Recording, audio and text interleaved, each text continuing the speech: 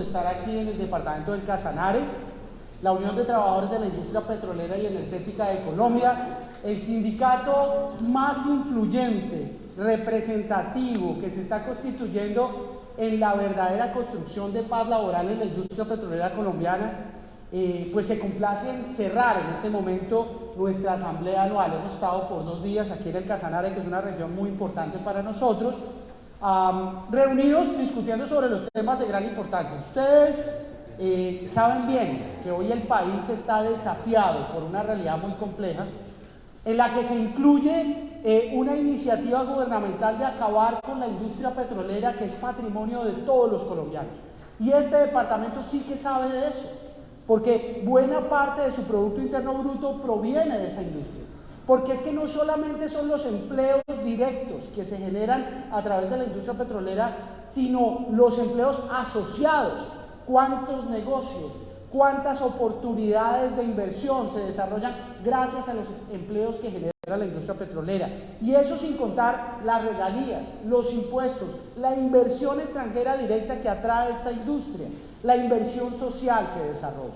Nosotros, como trabajadores de la industria, no ignoramos la necesidad de que Colombia se prepare hacia un nuevo modelo energético. Eso no lo desconocemos, no faltaba más.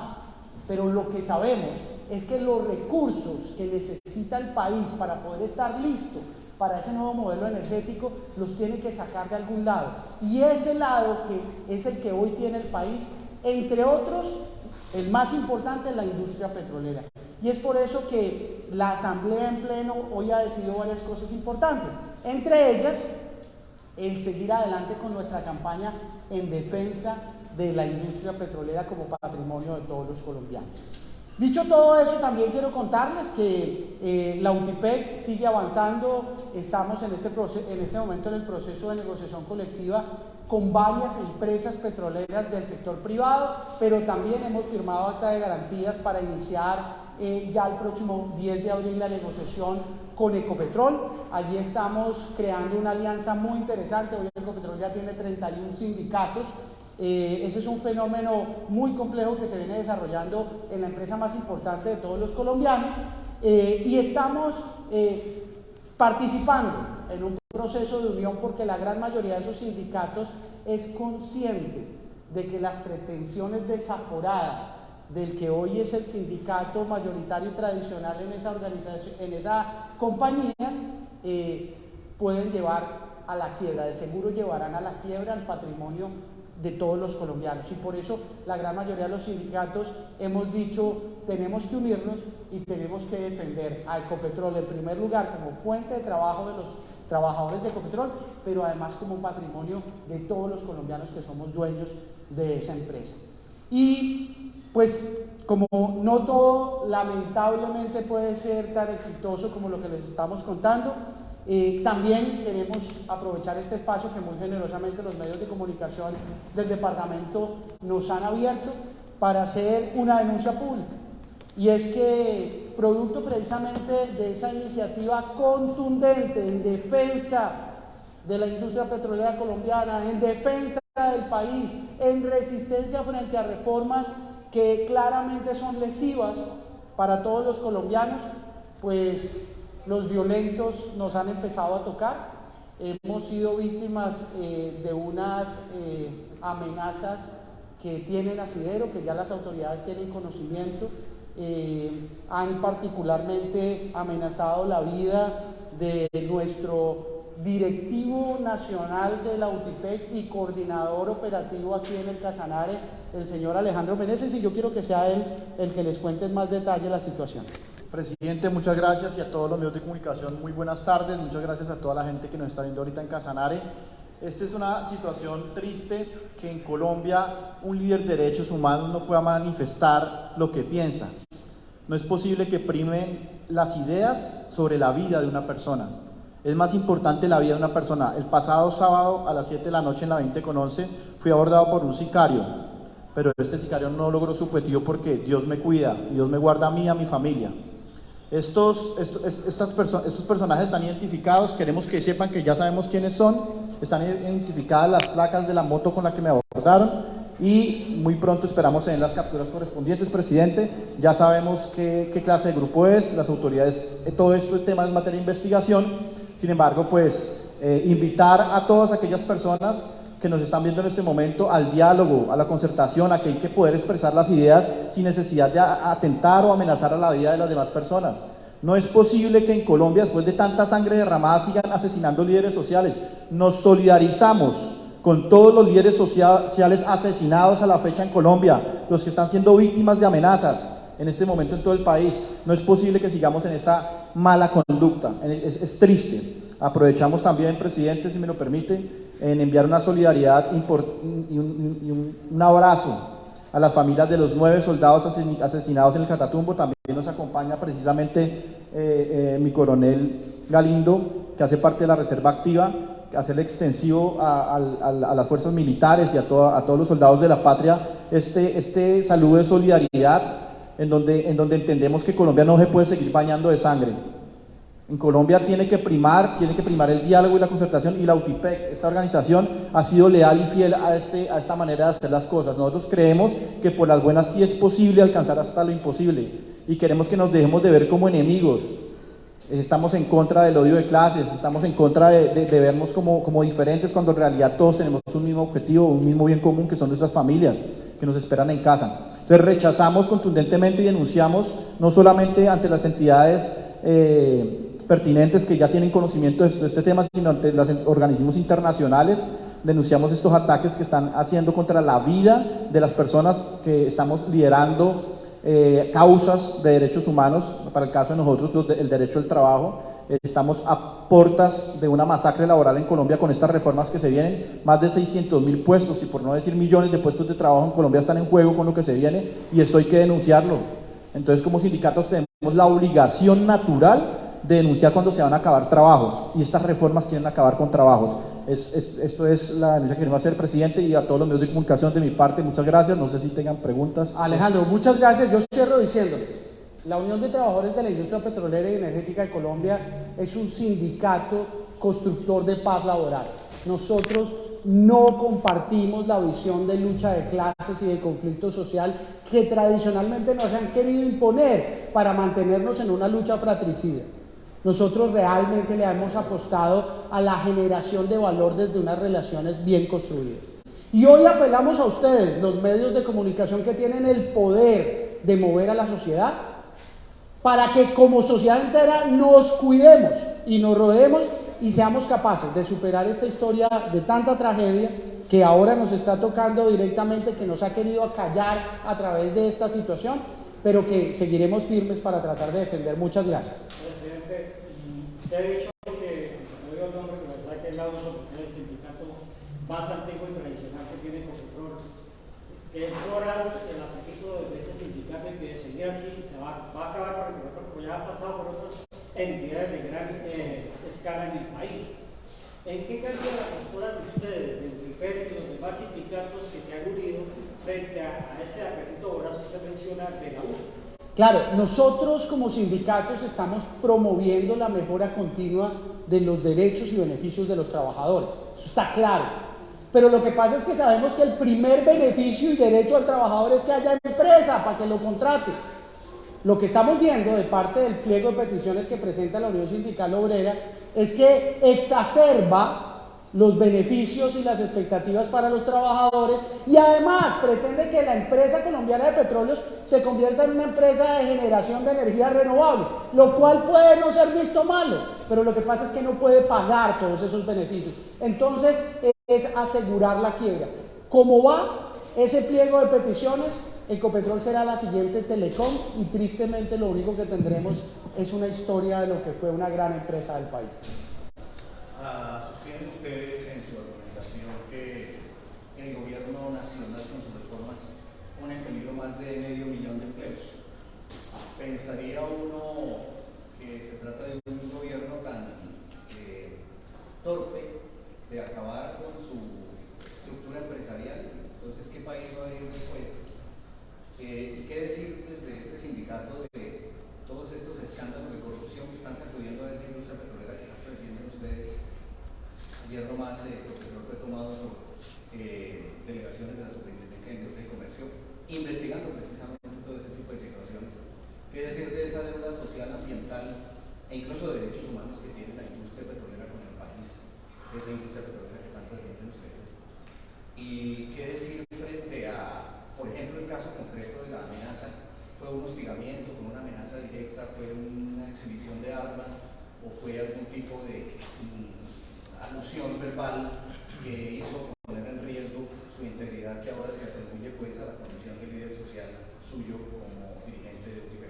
4 preguntas, 4 respuestas. Primera, no voy a responder por un gobierno que no apoyé, que no conozco. Pero juzguen ustedes, una reforma tributaria que pasó del 35 al 50% del impuesto de renta de esta industria, ¿querrá la industria?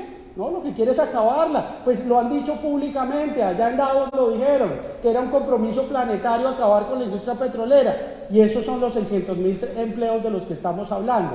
Que claramente, cuando vemos también el fracaso de 2 aerolíneas recientemente, pues tampoco es que estén haciendo mucho por el turismo, porque el incremento del costo de los combustibles, más el incremento de los impuestos que le generaron a esas aerolíneas, ahí las tienen. Entonces, los resultados hablan por sí solos. Por sus frutos los conoceréis. Entonces, claramente, sí, yo creo que cabe la hipótesis de creer que en este país está avanzando un plan para convertirnos en una de esas dictaduras del comunismo del siglo XXI, en el cual el plan es destruir precisamente el sistema económico privado para poder, empobreciendo a la gente, esclavizarla, como ya ha pasado aquí cerca. Entonces, esa es la primera respuesta.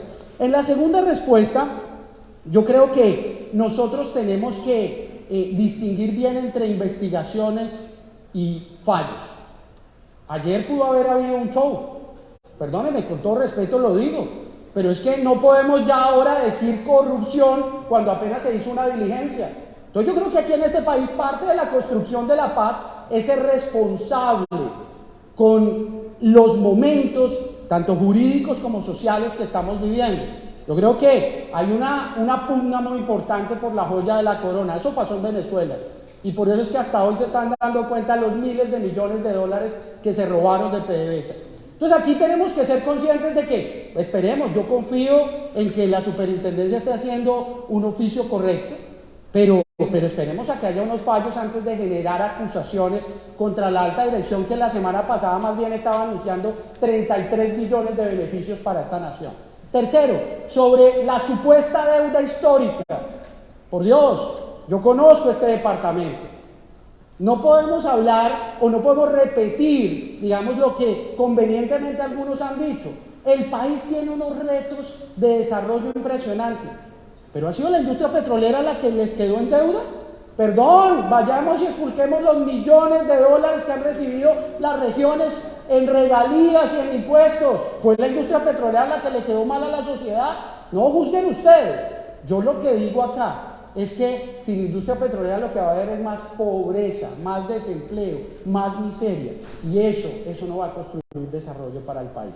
Y yo le cedo la palabra a Alejandro para que les cuente lo que este sicario identificado por las autoridades le comentó en el evento del sábado. Bueno, no, miren, básicamente es un evento que quedó grabado en video. Digamos que esos videos los tienen las autoridades, son materiales de investigación. Ahí fue que se pudo establecer lo que yo les manifesté a ustedes. Entonces yo no quiero entorpecer realmente la investigación que está haciendo ahorita, solamente quiero que sepan que ya los tienen identificados, porque de eso sí tengo conocimiento, es lo que puedo decir. Pero no, nosotros, si ellos lo que piensan es callarme, creo que perdieron el tiempo. Aquí estamos poniendo la cara y vamos a seguir poniendo la cara en defensa de esta industria que tanto le aporta al país. Muchas gracias. ¿Una amenaza directa en contra suya? Sí, señor, la amenaza fue directa, y que me iban a matar y que me iban a tirar allá al río Cravo Sur. Palabras más, palabras menos.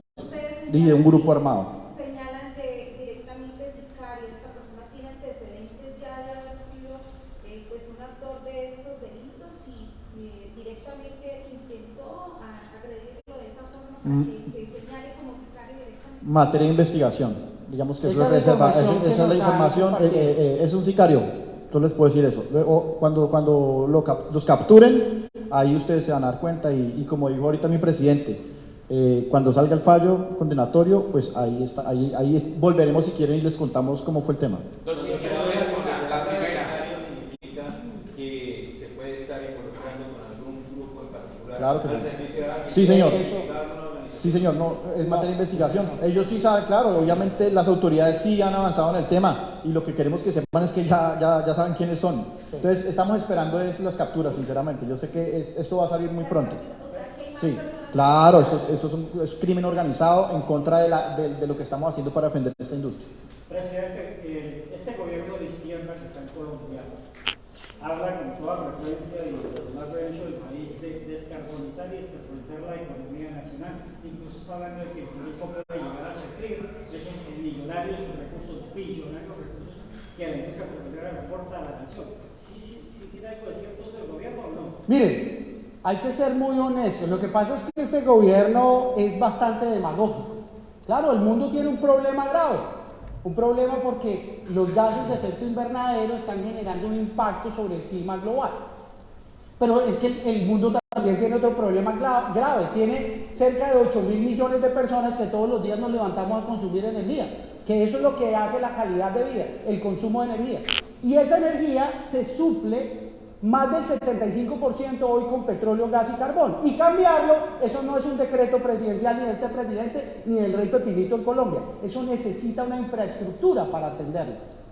Eso, los verdaderos estudiosos, los científicos, las universidades más prestigiosas del mundo, estiman que en el año 2050 seguiremos consumiendo casi el mismo gas, casi el mismo petróleo y un poco menos de carbón. Entonces, cuando uno ve ese panorama, es cuando con suficiencia puede declarar irresponsable a este gobierno cuando incita a destruir su industria petrolera de manera prematura. Porque mientras llega el 2050, lo que Colombia tiene que hacer es producir todo el petróleo, el gas, el carbón incluso que realmente pueda monetizar. ¿Para qué? Pues para poder tener acceso a esas nuevas fuentes de energía. Porque es que el problema es que la energía solar no pagan por el sol, por el petróleo sí pagan por el petróleo, por el energético. Por el viento no pagan por el viento. Eso ahí es que comprar una tecnología que nosotros no producimos, pagar un montaje para que eso funcione y además, que era lo que les decía respecto al pliego de Ecopetrol, esas son industrias con una baja intensividad de uso de mano de obra.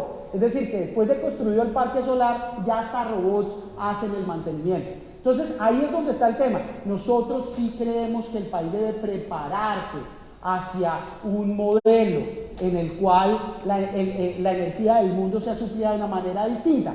Pero, cuidado con esto, eso no es mañana, no es en 10 años, no es en 30 años. Mientras eso, Colombia tiene que aprovechar sus recursos, porque si no, la pobreza no garantiza derechos. Y si nosotros no tenemos eso, miren la consecuencia, es que, vean ustedes, ¿por qué se quiebran las dos aerolíneas?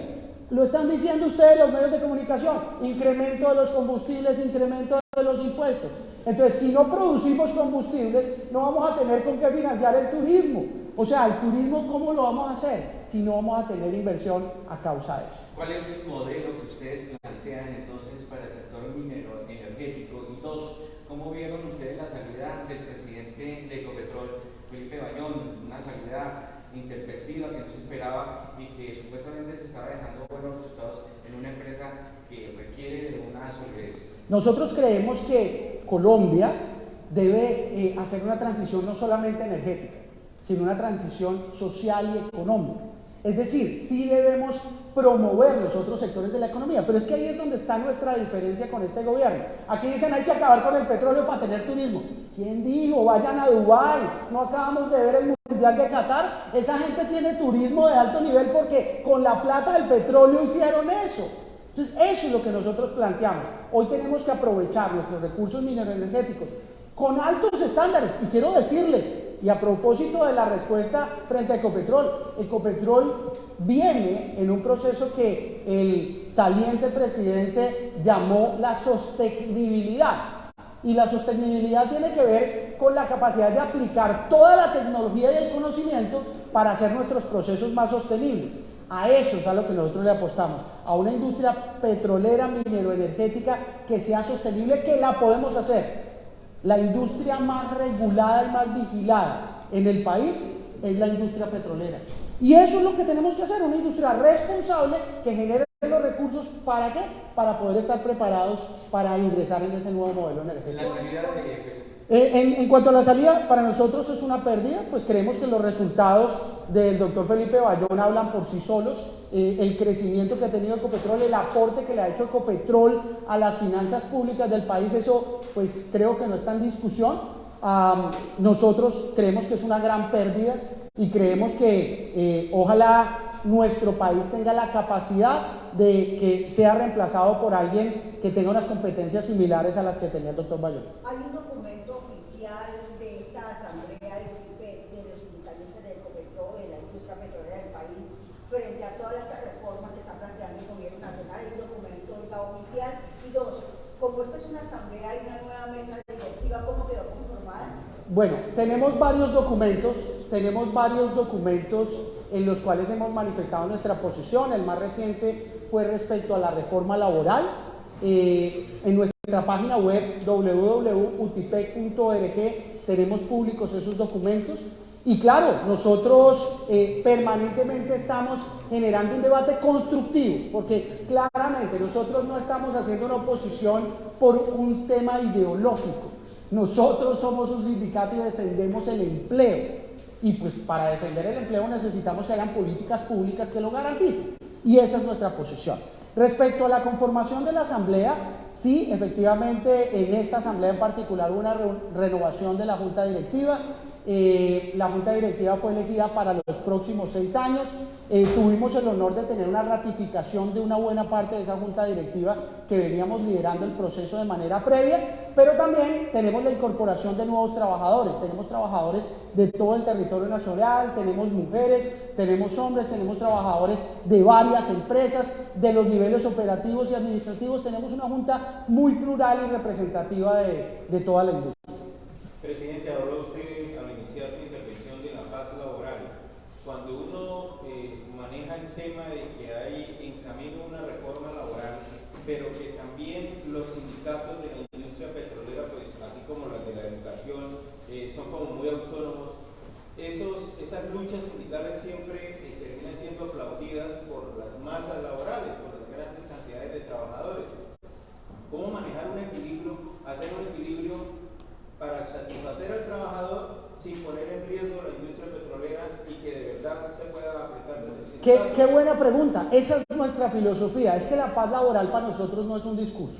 La paz laboral es la capacidad de identificar las diferencias que podemos tener como cualquier relación humana en la relación laboral y poderlas resolver de manera efectiva desde el mismo lado de la mesa. Es que históricamente el mundo del trabajo ha sido concebido como un ring de boxeo, en donde los trabajadores son un boxeador, los empleadores son otros, y ahí está el gobierno en la mitad diciendo, venga, no se pegue debajo de la cintura, no se pegue por detrás, respete la campana, no se hurgue los ojos, pero el nombre del juego sigue siendo el mismo, désenle la trompa, y si uno bota al otro a la lona, pues de eso se trataba. No, nosotros decimos, la relación laboral tiene que enmarcarse desde un nuevo paradigma, en el que sentados del mismo lado de la mesa, empresarios y trabajadores, nos pongamos de acuerdo. ¿En qué? En cosas básicas. Las empresas quebradas no dan empleo. Por eso lo primero que hay que defender es que la empresa sea viable y sostenible. Y cuando tenemos una empresa que es viable y sostenible, tenemos que comprometernos mutuamente a que dé más valor, porque cuando da más valor hay más que compartir. Por 12 años en la industria petrolera nosotros hemos logrado los más altos estándares y beneficios para nuestros trabajadores sin poner en riesgo la viabilidad de las empresas, porque eso es posible. Lo que hay es que transformar es la mentalidad de cómo nos vemos. La tradición dice, son enemigos de clase y están en una lucha social. Nosotros decimos, somos cooperadores independientes y juntos construimos valor para una mejor sociedad. Pero en línea con eso, Perdón. en línea con lo que acaba de decir, ¿a ustedes les parece lo sincero el vocero de la Colombia que nosotros vemos que ese ejemplo de las aerolíneas no cabe en la medida en que fueron aerolíneas que en determinados momentos por mucho más en su nivel financiero que en el caso de alguna de ellas tomó la decisión el caos y dejó cantidad de pasajeros tirados en los aeropuertos del país, y que en ese momento el gobierno precisamente está lanzando esa salida para estas empresas, en lo que hace a rebajar impuestos, en declarar algunos sitios como San Andrés y otros sitios donde se puede llegar y van a estar exentos de impuestos, bueno, es decir, el gobierno está. ¿Hasta qué punto ustedes son, no digamos, la oposición férrea sino de diálogo y de concertación. La compañera les preguntó sobre los puntos, pero hasta dónde están llegando ustedes a hacer una conciliación clara con el gobierno, porque pues tenemos entendido que la reforma hasta ahora va a lograr sus comisiones. Bueno, mira, yo creo que aquí lo que hay que distinguir es entre causas y consecuencias. La suspensión de las operaciones de una de esas aerolíneas que generó todo ese caos es una consecuencia. O sea, eso no pasó porque, no, eso pasó porque la empresa cayó en crisis. ¿Por qué cayó en crisis? Ay, devolvámonos el año pasado, la reforma tributaria. Nosotros fuimos y hablamos con este gobierno, pero es que este gobierno oye pero no escucha. Entonces simplemente sí, nos dejaron hablar en las audiencias públicas en el Congreso de la República, pero sin embargo, vaya para adelante, esto suben los impuestos, subieron los impuestos del IVA del 5 al 19%, eso desestabiliza cualquier negocio. Acuérdense, yo no soy experto en transporte aéreo y tengo que advertirlo, yo soy petrolero, pero un negocio, para que sea viable, uno de los componentes es el factor tributario. Y si a mí me suben del 5 al 19%, pues yo empiezo a dejar de ser viable y empieza a estrecharse ese margen, y eso que vimos fue una consecuencia. No, miren, nuestra posición, claro que es de diálogo. Lo que pasa es que el diálogo social tiene que ser sincero y constructivo, no simplemente hacer audiencias públicas para después ir al Congreso de la República y pasar una planadora como la que pasó el año pasado con la reforma tributaria.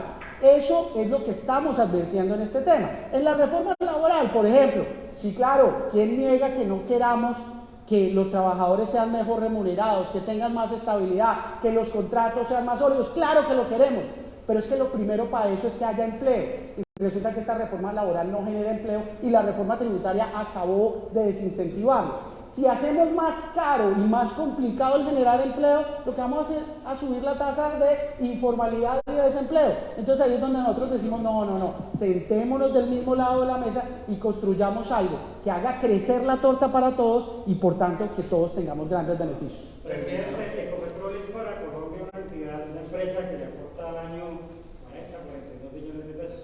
PDVSA es para Venezuela, el Estado venezolano, la empresa que es. El presidente Chávez de la época, ya no existe en este mundo, despidió en un solo tajo 22.000 empleados de PDVSA. Metió un poco de gente inexperta de las plantas de PDVSA y toda la infraestructura petrolera está prácticamente acabada en Venezuela. Ustedes, como sindicato de oposición al gobierno, a este gobierno de izquierda colombiano, ¿sienten algún temor que Ecopetrol en algún momento pueda llegar a ser rondado por alguna situación similar a la de PDVSA? Sin duda alguna. Sin duda alguna. Entre nuestros directivos hoy nos acompaña alguien que fue víctima de uno de esos 22.000, un colombiano venezolano que hace parte de nuestra directiva y que todo el tiempo nos está advirtiendo de que ese riesgo es real. Por supuesto que Ecopetrol, en las manos equivocadas, en las manos del populismo y de la corrupción, hasta más rápido que PDVSA. No se nos olvide que es que PDVSA, cuando Chávez la recibió, estaba produciendo 3,5 millones de barriles y su proyección era llegar a 8 millones de barriles por día. Estaba abriendo sucursales en todos los países latinoamericanos para todo su sistema de distribución al detal de combustibles para esa senda de crecimiento. Hoy producen menos que Colombia, teniendo las reservas de petróleo pesado más importantes del mundo.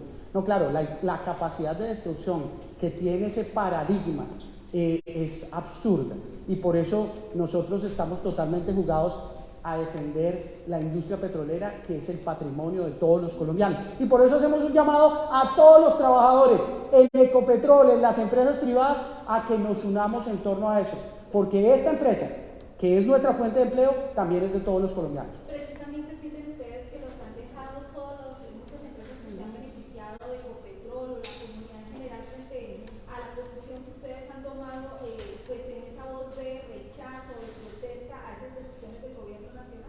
Creemos que estamos en un despertar. La verdad es que la industria petrolera colombiana ha tenido de alguna manera una posición, digamos, muy prudente frente a situaciones como estas, y eso por supuesto lleva a que de pronto se sienta uno que a mí no me va a pasar, pero con los sucesos más recientes eso ha hecho un despertar, y lo que estamos viendo es que todos los días hay un nuevo despertar entre los trabajadores y las empresas en defensa de la industria. ¿Alguna otra pregunta? Bueno, el tema de la ministra, ¿qué tanto ha incidido en tomar decisiones? parecer, y los que no conocemos mucho de temas petroleros, han incidido en que el precio del combustible se eleve, que no hay una política clara, que la viceministra haya renunciado. Todo ese tipo de situaciones han enrarecido un poco el tema petrolero, la política minero-energética en el país, y qué se puede hacer para revertir todo ese proceso. Presidente, disculpe, agregaría, estos anuncios de la ministra del Gobierno General ha incidido en que ya algunas empresas petroleras se hayan ido del país, pues pensando en irse. Claramente, miren, ustedes lo tienen claro, yo solamente voy a ratificarlo. Tenemos como ministra una persona totalmente inexperta en el sector energético y petrolero, una persona que respetamos como ser humano, ni más faltado, pero que no conoce eso.